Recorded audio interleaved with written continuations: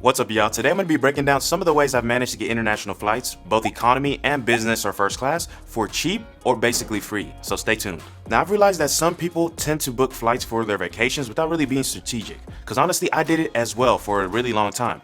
Now, it usually ends with them paying a lot more for their trip, or in some cases, not even being able to take a vacation at all because the price tag just looks so crazy. So if you follow the tips I'll lay out, you'll be able to plan out a lot cheaper of trips, just as I've been doing these past few years. Just in the last year, guys, I've already been able to travel to places like Mexico, Colombia, Spain, Togo, and Guatemala, just to name a few. So what I'm currently doing is I stay in different locations for a month at a time. As you can see in this video, I'm currently back at home, but I'll typically stay at home for a month or two, and then I'll go back out and find a new city to go visit for about a month as well. Now, if that interests you, if you want to see how I stay at a month in each location or each place, and where I talk about the different prices and how the cost of living is in that location, check out my cost of living playlist that I'll link down below. Now, one of the first tips I can give you is you want to be flexible with the time that you're actually going on vacation. There's a thing called, high season or off season. There's also a little season called shoulder season, which to me, I think is crucial. Just to break those down, high season is usually going to be, it's the best time of the year for tourism, right? You could think about this as the summertime, everybody's off, everyone wants to go on vacation with their kids, so on and so forth. This is usually going to be from mid-June to August, right? Depending on what part of the world you're trying to go to. Now, the pros about this time of the year is the weather's going to be amazing, right? You're going to see that tourism is in full effect, so there's going to be tours literally multiple times per day. You're going to see all the shops are going to be open, right? Everything's going to be, bustling, right? You're going to feel like there's a lot going on if you're going out during this time of the year. But the con is this is going to be the most expensive time of the year to go, right? The flights are going to be expensive, the accommodations are going to be expensive, all that, because they know that this is a touristy season. A lot of locals in the area, they're going to want to raise their prices, and this is when they make the bulk of their money. So a lot of the times in touristy cities, you're going to see that they might even raise their prices during the their summer months, and they make the bulk of the money during that time. So like 80% of their money could be made in the summer, right? And then during the other seasons, they're really just barely surviving. And that brings me to the low season. This is really the worst time of the season, or the worst time of the year for the tourism industry, right? This is going to be from November to March typically. The issues that come in is the horrible weather, typically going to be a lot colder, right? One big story for me that really nails this in is whenever I actually studied abroad in Paris a while back, right? When I was in college, I did a semester studying abroad in Paris, but it was the second semester, right? Or spring semester. So whenever I went into Paris, it was around January. So those of you guys who have been to Paris or have been to Paris around January, then you know what I'm talking about. I'm a Texas boy with literally from always being hot, right? The coldest it really got was 60 degrees, maybe 50 degrees. To now me being in freezing cold temperatures with, just snow hitting my face. I remember literally the first day that I showed up, it went from, in Texas, it was still warm, we still had pretty good weather. And then I got over to Paris and it was literally like sleet. I had never seen this before. It wasn't even regular snow. It was sleet that was hitting my face and just sliding down the side of my face, right? So since then, that was something that really changed my perspective for me. And since then, weather has been very important for me, right? I even experienced the flip side of that in my trip to Mexico, where it was actually really hot and I didn't have AC in one of my Airbnbs that I was staying at, right? So I had to rely pretty much on a fan the whole time. So that's I was able to see both, the flip side of both of it, right? To understand that you want to be careful when you go, and you just want to make sure if you do go in a season where, the weather's unpredictable, that you kind of set your accommodations for it. Now, the best time of the year for me that I love the most, and I think that a lot of people should travel more, is the shoulder season, okay? So it's actually broken down into two parts. It's going to be from, April to, mid-June, and September and October, okay? Now, the reason those are considered the shoulder season is because that's right before and right after the actual main season, right? The more touristy season. Now, later on in the video, I'm actually going to be breaking down some trips that I actually was able to get really low rates on in terms of flying business class here in a little bit. But first, be sure that you hit the subscribe button if this is the kind of content that you're interested in, okay? I shoot a lot of content focused on credit and how I leverage, credit and, just my know-how, my experiences to be able to, fly around the world and work from my laptop and enjoy that lifestyle that a lot of people wish they could do, right? So be sure you hit the subscribe button if you want to learn more about what I do and be able to just go along with me on my journey. Now, speaking of the weather, I do want to touch on a website called WeatherSpark. Now, with me, I like to make sure that the weather looks good around the time that I'm going to be going out to these different places because, I want to make sure that I have a good experience. And I've had bad experiences with the weather, right? So what I started doing now is I make sure that historically, I can see the trends during a certain time of the year in a certain location is trending upwards or is going to be around the type of weather that I want to experience. And to do that, I use a website called WeatherSpark.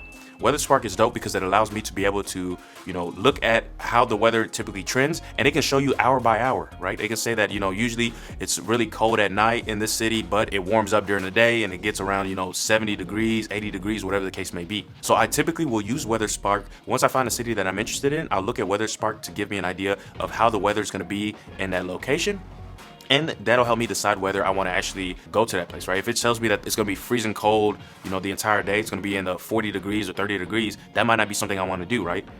Or I need to be mindful that, hey, I'm going to be wearing a jacket pretty much the entire time everywhere I go, right? It's not going to be, I might not want to be out as much, right? I want to be indoors more of the time. So that's kind of how I look at it. Now, next, it's going to be economy versus business or first class. Now, most people look at it and they think about the regular cost of the ticket, right? You either think, if I get an economy ticket, it's going to be around this price. Business first class tickets can be crazy, the price is just gonna be outrageous, right? And it really just depends, right? So what I do to be able to find cheap flights, whether it's economy or business or first class, is I use a website called Google Flights. Now, what I like about Google Flights is it is extremely flexible, right? It gives me the ability to be able to see different pricing changes by dates or even by locations. Okay, so what I've been able to do with that is I've been able to find tickets at even a fraction of the cost. Now, another thing that I like to combine with that is a website called Scott's Cheap Flights. Okay, now what I love about this is I actually looked at an interview that the actual owner, Scott, had done about the website, and he kind of talked about how the old way of planning flights was, you really followed about 3 steps, right? Step 1, you picked where you wanted to go. Step 2, you picked when you wanted to go. And then step 3, you looked at airfare. Well, the new way of planning flights is step 1, you want to actually see where there are cheap flights available from your home airport. Now, you can do this through Google Flights. Whenever you select on Google Flights, when you select just a country instead of a city, it actually allows you to zoom out to where now you can see what the prices are at a bunch of different destinations. And step 2, you pick one of those destinations. And then step 3, you pick when you want to go. That's pretty much the path that you want to take. And that's what I've pretty much been doing and had so much success with. Now, another method I use as well is something called rewards points, okay? Now, I've shot videos on this in the past. It's pretty much where I leverage credit card points and I transfer them to different airline partners to be able to get really cheap first class, business class, even economy flights that normally I would pay hundreds of dollars for. The way I do this is I run all my expenses nowadays through credit cards. Now, I've chosen select credit cards. You can see on my channel I shoot about different credit cards that I pick up, but I've chosen different types of credit cards that fit well into my current lifestyle, and I use the points I earn from those credit cards to be able to book flights to other countries. Some examples of those is just this year I was able to get a ticket to West Africa.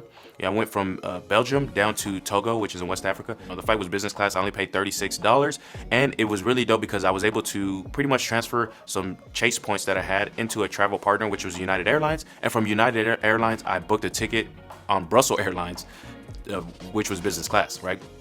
And it was really dope that I was able to, because I had a business class flight with Brussels Airlines, they allowed me to go into the Brussels Airlines lounge that they have, and I was able to fly first class. So it was just a win-win on both of those cases. And it was dope because I was able to literally enjoy, got free food in the lounge, free drinks in the lounge, really good internet. So I was able to work right before my flight and everything like that. Another example is literally a trip I just came back from, which was Guatemala. I actually have a cost of living video that, depending on when you're watching this, is probably released. That'll be in the playlist that I'm gonna link down below. Now, Guatemala, I flew from Dallas, DFW, all the way to Guatemala, which is in Central America. It's right below Mexico. That was a business class flight that I only paid $5.60 for, guys. So, that one was dope as well. I got to stay in the DFW American Airlines lounge that they have at DFW. It was super nice. I got to, have breakfast and everything and work on my laptop. Pretty much the same scenario, right? It's, it was a lot more of a laid back experience than me being at the airport and, feeling uncomfortable, right? I was able to have a comfortable seat, was able to work in peace, eat food, get drinks, whatever the case may be, right? So some credit card points are going to give you a little more flexibility than others. Chase, Amex, things like that, Capital One, they'll allow you to transfer your points to airline partners, right?